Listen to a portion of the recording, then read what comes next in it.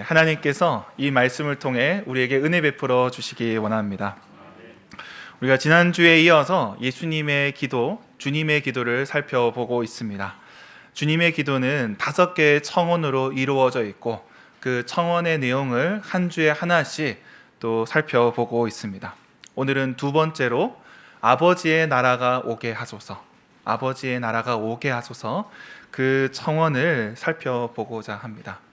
사실 아버지의 나라, 그 아버지의 나라라 할 때 우리가 세번역에서는 아버지의 나라로 표현하지만 우리가 직역을 하면 당신의 나라 이렇게 번역을 할 수 있습니다. 우리가 또는 일상적으로는 하나님 나라라고도 하고 또 천국으로 부를 때도 있습니다. 그 표현이 무엇이 되었든지 간에 하나님께서 다스리시는 그 나라를 주기도문에서는 간절히 구하고 있습니다. 그런데 기도는 그렇지 못한 현실을 전제하고 있습니다. 우리가 아버지의 나라를 구할 때 이 땅의 현실을 폭로한다는 점입니다. 이 세상의 나라는 아버지의 나라가 아니라는 것을 드러냅니다. 그래서 우리의 간구는 이 땅의 나라와 다른 나라, 다른 세상을 기다린다는 뜻입니다. 이 땅의 나라와 또 하나님 나라 사이의 긴장이 기도에 담겨 있다는 것입니다. 그런 가운데 이 긴장을 안고 우리는 청원의 핵심적인 개념들을 살펴보고자 합니다. 우리가 첫 번째로 살펴볼 단어는 바로 나라입니다. 언제나 새로운 세상, 새로운 나라를 꿈꾸는 자들은 목숨을 걸어야 합니다. 지금의 왕을 부정하고 또 새로운 세상이 온다는 자들은 늘 있습니다. 그들이 성공하면 혁명이 되고 또 개국 공신이 되지만 그러나 대부분의 경우에는 실패하고 또 반역자로 죽어갔습니다. 그런데 왕조 시대만 그런 게 아닙니다. 오늘날도 마찬가지입니다. 오늘날 여기 계신 분들 중에 대한민국을 부인하고 새로운 나라, 다른 나라를 만들겠다 하면 이게 심각해집니다. 우리가 농담 삼아 이야기하면 넘어갈 수 있겠지만 본격적으로 계획을 세우게 된다면 내란죄가 되든 또는 반역죄가 될 수도 있습니다. 민주국가지만 현 체제를 부정하는 자들에게는 가차없이 또 처단한다는 것입니다. 그런데 2000년 전에 예수님께서 계시던 그 당시에 새로운 나라, 하나님 나라를 이야기한다는 것은 어떤 의미겠습니까? 새로운 나라를 입에 담는 순간 위험에 처해질 수 있습니다. 로마는 아마도 의심의 눈초리로 그 사람들을 지켜볼 것입니다. 그 사람은 어쩌면 로마의 통치를 거부하는 자로 여겨질 수 있습니다. 예수를 왕으로 모신다는 것이 로마에 대한 반역으로 여겨질 수 있는 것이죠. 근데 로마는 자기의 다스림을 거부하는 자들을 아주 철저하게 응징했습니다. 예수님이 태어나시기 전에 로마에서 검투사들의 반란이 일어났습니다. 아마 스파르타쿠스라고 들어보셨을 겁니다. 그런데 이 검투사들이 목숨을 걸고 싸우지 않습니까? 여기서 목숨을 걸고 싸우나 밖에 나가서 싸우나 동일하니 나가서 싸우자 이렇게 한 것입니다. 어차피 죽을 몸이니 자유라도 찾겠다 하며 싸우는데 그 무리의 노예들이 함께하기 시작합니다. 그러니 이 몇만 명이 넘어가게 되니 이 보통 일이 아니게 된 것이죠. 이에 로마는 군대를 동원해서 이들을 진압합니다. 진압을 하면서 그들 가운데 전사한 자들도 있지만 항복한 자들도 있지 않습니까? 근데 그 항복한 자들을 어떻게 처단하냐 하면 다 십자가에 매달려 죽게 만들었습니다. 6,000명에 되는 사람들을 그렇게 매달아 죽인 것이죠. 검투사 개인이 아무리 칼을 잘 쓴다 할지라도 이 국가라는 칼보다는 날카롭지 못하다는 것입니다. 오늘날도 마찬가지입니다.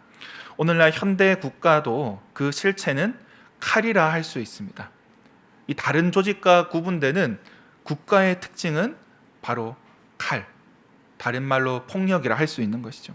이 국가는 폭력을 독점하고 있습니다. 아무리 세련되고 법과 제도로 포장하고 있지만 또 오늘날 국가가 얼마나 좋은 일들, 또 많은 일들을 하고 있습니까? 현대의 국가는 교육도 하고 복지도 하고 여러 가지 우리 생활에 여러 가지 또 개선하기 위해서 노력하고 있지만 그러나 그 밑바닥을 살펴보면 칼이 숨어 있다는 것입니다. 날선 칼이 있습니다. 그래서 국가가 정한 것을 거부할 수 없습니다. 아무리 거부하고 싶어도 국가는 강제할 수 있다는 것이죠. 그래서 국가라는 조직은 언제나 거절할 수 없는 제한을 하고 있습니다. 근데 이러한 칼은 영원하지 않습니다. 시간이 지나면 무뎌집니다. 녹이 슬게 되고 부러지게 될 것입니다. 그리고 버려질 것입니다. 그리고 새로운 사람, 누군가는 새로운 칼을 휘두르며 등장할 것입니다. 그러나 칼이라는 점에서는 동일할 것입니다. 물론 이전의 나라보다는 무언가 더 나은 점이 있겠지만 그러나 칼이라는 본질은 다르지 않다는 것입니다. 이것이 세상의 역사입니다. 그런데 이 땅의 역사, 또 이 땅의 나라는 하나님의 아들을 거부했습니다. 하나님의 나라를 거부했고 그 아들을 잡아 죽였습니다. 예수님께서 잡히시는 날 밤에 군졸들이 칼을 들고 나타났습니다. 그때 예수님과 함께하던 자가 칼을 휘두릅니다. 잡으러 온 대제사장의 종의 귀를 쳐서 잘라버립니다. 칼로 맞선 것이죠. 이에 예수님께서 말씀하십니다.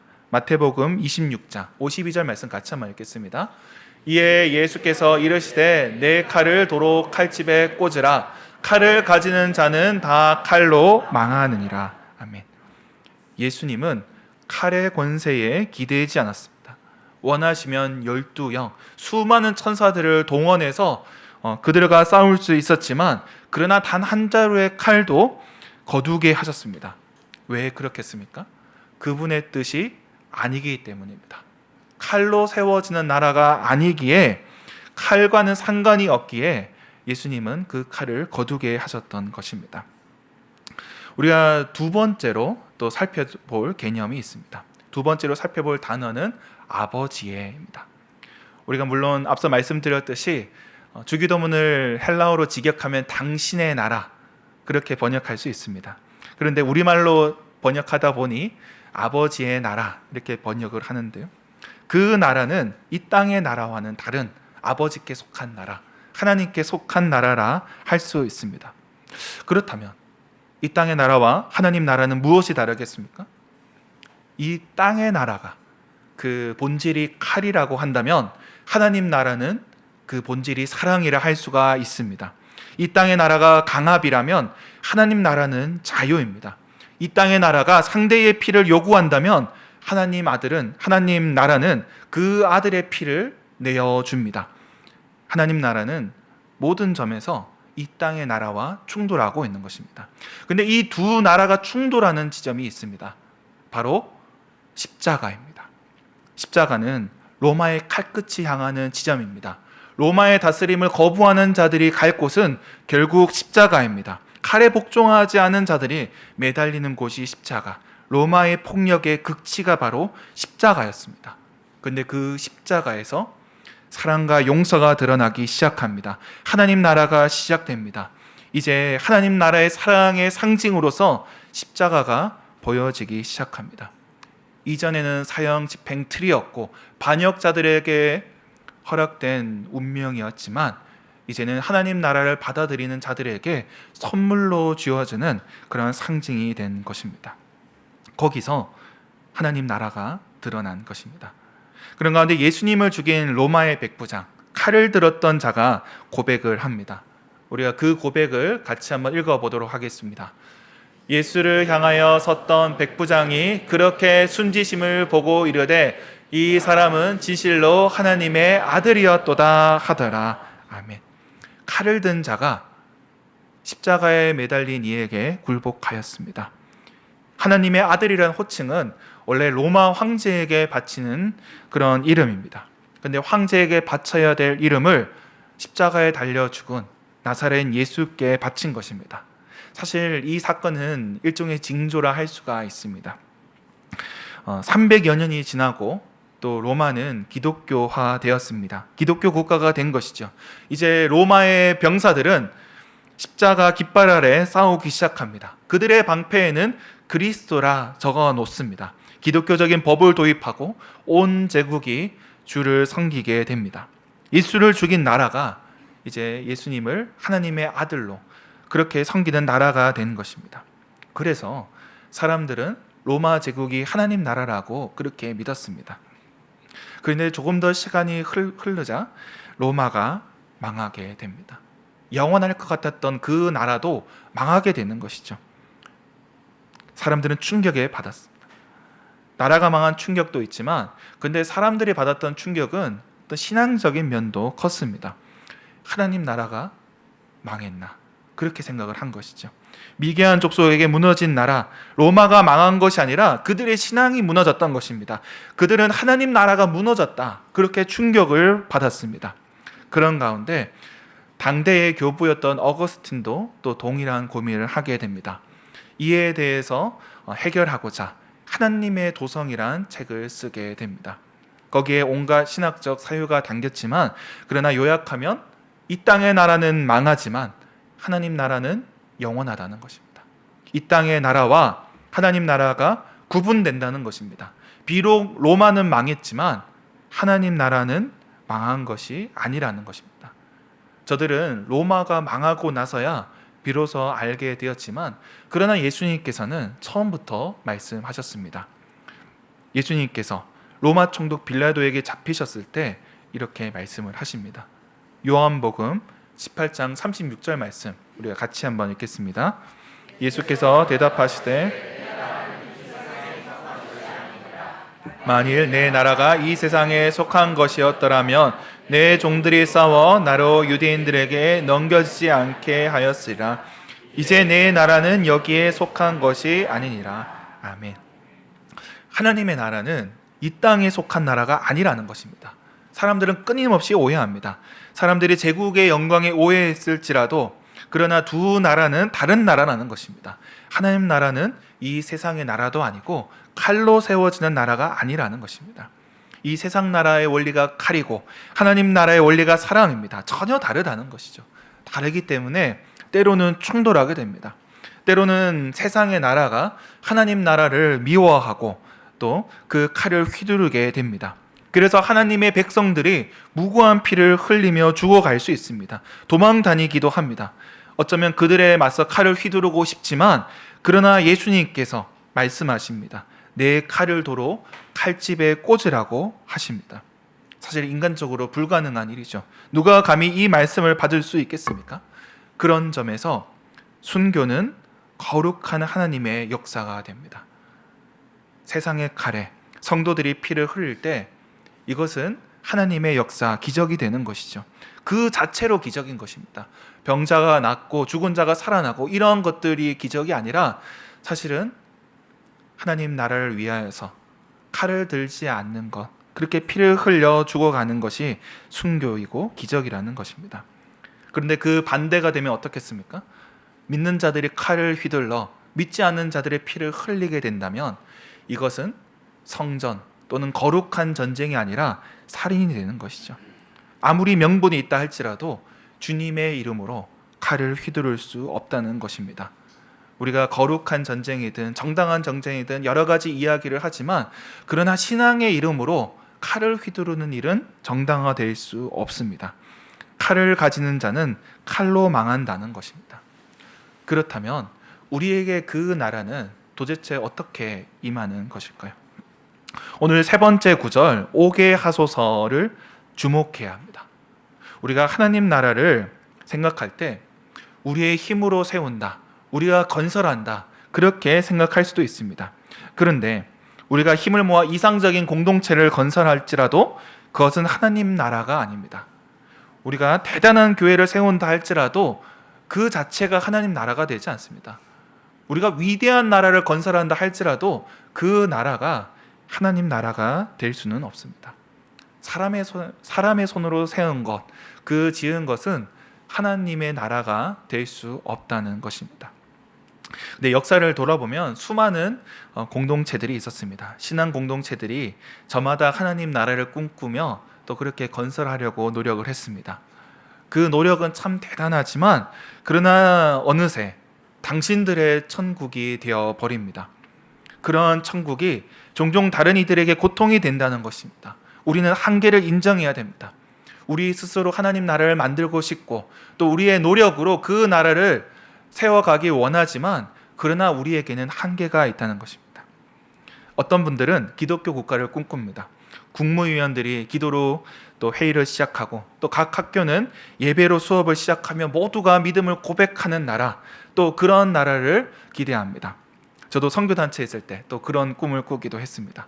그것이 민족 복음화가 되든 성시화가 되든 명칭은 달라질 수 있지만 복음으로 하나 된 나라를 꿈꾸는 것은 동일합니다. 그런데 이것이 자발적으로 또 각자의 결단으로 자유 가운데 이루어져야 되지 억지로 할 수는 없다는 것입니다. 이 세상 나라에서 제도로 그것이 구현되는 순간 어쩔 수 없이 강제력으로 사람들을 압제하게 된다는 것입니다. 여기 계신 분들 중에 혹시 기독교 학교를 졸업하신 분들 계실 겁니다. 채플 참여하신 경험들이 있을 겁니다. 채플 예배 드릴 때마다 늘 기쁨과 은혜가 충만하셨습니까? 네. 웃으신 분들은 충만하셨던 것 같습니다. 사실 저는 그런 기독교 학교를 다닌 경험이 없습니다. 다 세속적인 학교, 공립학교 뭐 그런 학교들만 다녔어요. 그러니까 항상 예배 드리는 게 핍박 가운데 어디 방 하나 빌리기도 쉽지 않은 그런 데를 다녔습니다. 그런데 이 채플 가보신 분들은 알 겁니다. 이 앉아 있는 게 얼마나 힘든지, 그 한 시간 앉아 있는 게 힘들어서 온몸을 비틀어대고 있는 이 꽈배기가 이렇게 꼬이듯이 그 몸을 비틀고 있는 학생들을 볼 겁니다. 저도 이제 신학교를 가면서 채플을 경험하게 되었습니다. 신학교의 채플은 어떨까요? 부끄러웠습니다. 네, 사실 그 자리에 주님의 종이 되겠다고 나온 사람들이 대부분입니다. 물론 이제 음악을 하기 위해서 일반적인 학문을 위해서 온 학생들도 좀 간혹 있지만 대다수는 이렇게 주의 종이 되겠다고 온 사람들이지만 쉽지는 않습니다. 그래서 어떻게 하면은 이 최대 결석의 일수를 개선해서 특별히 규정상 문제가 되지 않는 선에서 적게 드릴 수 있나 뭐 이런 걸 따지기도 하고, 또 그 실수가 어긋나서 또 보강으로 어디 지리산 자락에 가서 뭐 이렇게 훈련을 받고 오는 그런 신학생도 있습니다. 그러니까 마찬가지라는 것이죠. 내가 자발적으로 내가 은혜의 자리에 나가는 것은 참으로 기쁘고 감사한 일입니다. 그 속에서 하나님의 은혜를 경험하게 됩니다.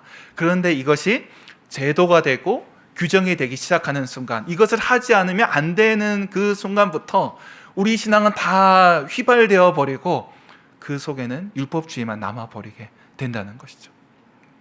이 땅의 나라가 그렇다는 겁니다. 우리는 이 땅의 제도 가운데 또 이 나라 가운데 또 하나님의 나라를 구현하기 원하지만, 그러나 이 땅의 나라와 하나님 나라는 다르기 때문에 그것이 자칫 또 다른 사람에 대한 강압으로 이어질 수 있다는 겁니다.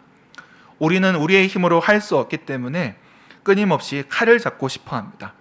예수님께서 잡히실 때 칼을 휘둘렀던 제자처럼 어쩌면 방어적인 입장에서 우리의 어떤 법적인 권한과 능력으로 강제력으로 상대를 굴복시키고 싶어 할 수도 있습니다. 때로는 우리가 대세가 되어서 이 시대를 우리 마음대로 바꾸어 가고 싶을 수도 있습니다. 때로는 우리는 설득을 하기보다 상대를 굴복시키는데 그 칼을 사용할 수 있습니다. 기독교 2000년 역사 가운데 이러한 유혹은 수도 없이 많이 있었습니다. 박해받던 개혁자가 어느덧 심판자가 되어 또 상대를 정죄하기도 합니다. 또 신앙의 자유를 찾아 길을 나선 청교도들이 믿음 없는 자들을 공동체에서 내쫓습니다. 또 핍박받던 자들이 핍박하는 자가 되고 어느새 우리들의 천국이 당신들의 지옥이 될 수도 있다는 것입니다. 그러나 우리는 기억해야 됩니다. 하나님 나라는 위로부터 온다는 것입니다. 하늘로부터 임한다는 것입니다. 우리가 세워가는 것이 아니라 하나님께서 허락하여 주신다는 것입니다.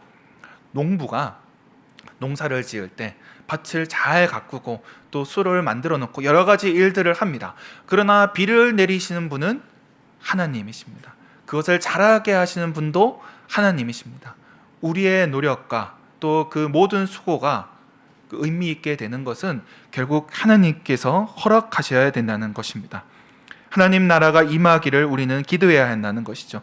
우리 손에 쥔 칼을 내려놓고 그 손을 모아 기도하기 시작할 때, 그 나라를 구하기 시작할 때 하나님 나라가 임하기 시작한다는 것입니다. 분노에 찬 소리를 낮추어 아버지를 불러야 합니다. 피 흘리며 죽으신 어린 양 예수를 따라가야 합니다. 사도 바울은 로마서 8장에서 이러한 성도들의 모습을 묘사하고 있습니다. 말씀을 같이 한번 읽겠습니다. 기록된 바 우리가 종일 주를 위하여 죽임을 당하게 되며 도살당할 양같이 여김을 받았나이다 한가 같으니.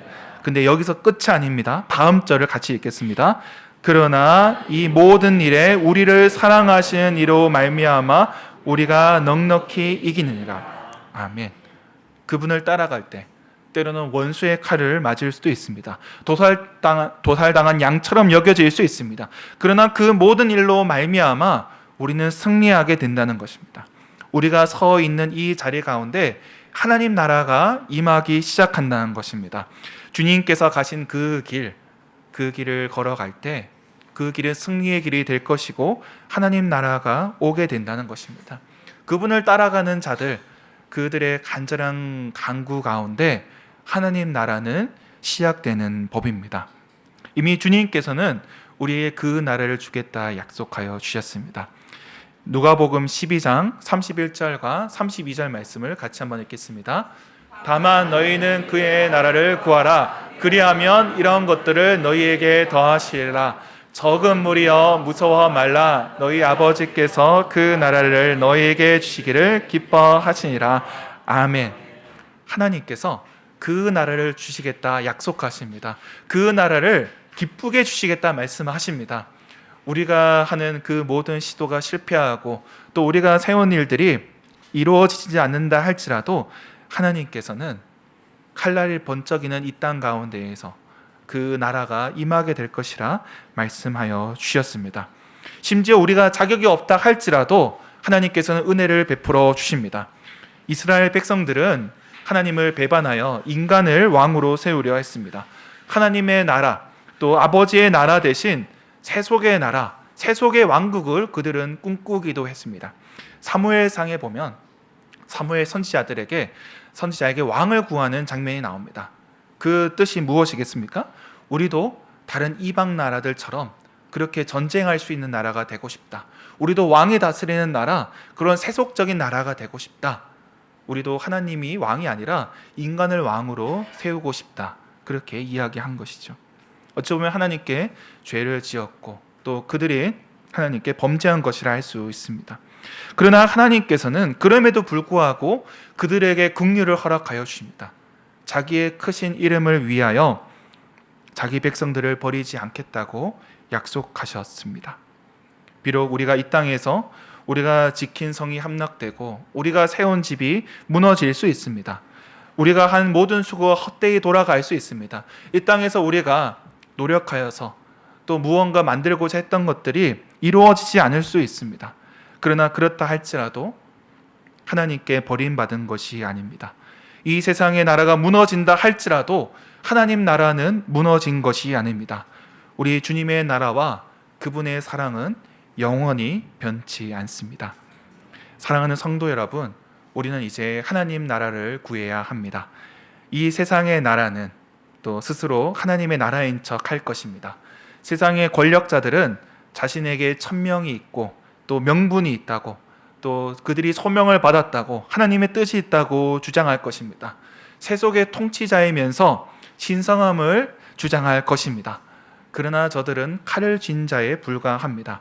그 칼은 지금은 빛나더라도 그러나 녹이 슬고 말 것입니다. 저들의 모든 영광은 풀과 같이 시들어 버릴 것입니다. 그러나 작은 목소리로 아버지의 나라를 구하며 그분의 다스림에 순종할 때 그 나라가 오게 될 것입니다. 사랑과 용서로 살아갈 때 하나님 나라가 임하게 될 것입니다. 이 세상의 법과 제도로서는 할 수 없는 일이 그분의 사랑에 반응하며 자유로움 속에서 이루어질 것입니다. 어린 양을 따르는 자들, 십자가를 지고 가는 자들, 그들의 기도 가운데 임하게 될 것입니다. 우리 가운데 새 하늘과 새 땅이, 새 예루살렘이 임하게 될 것입니다. 그 나라를 구하는 저와 여러분이 되길 주님의 이름으로 축원합니다. 기도하겠습니다.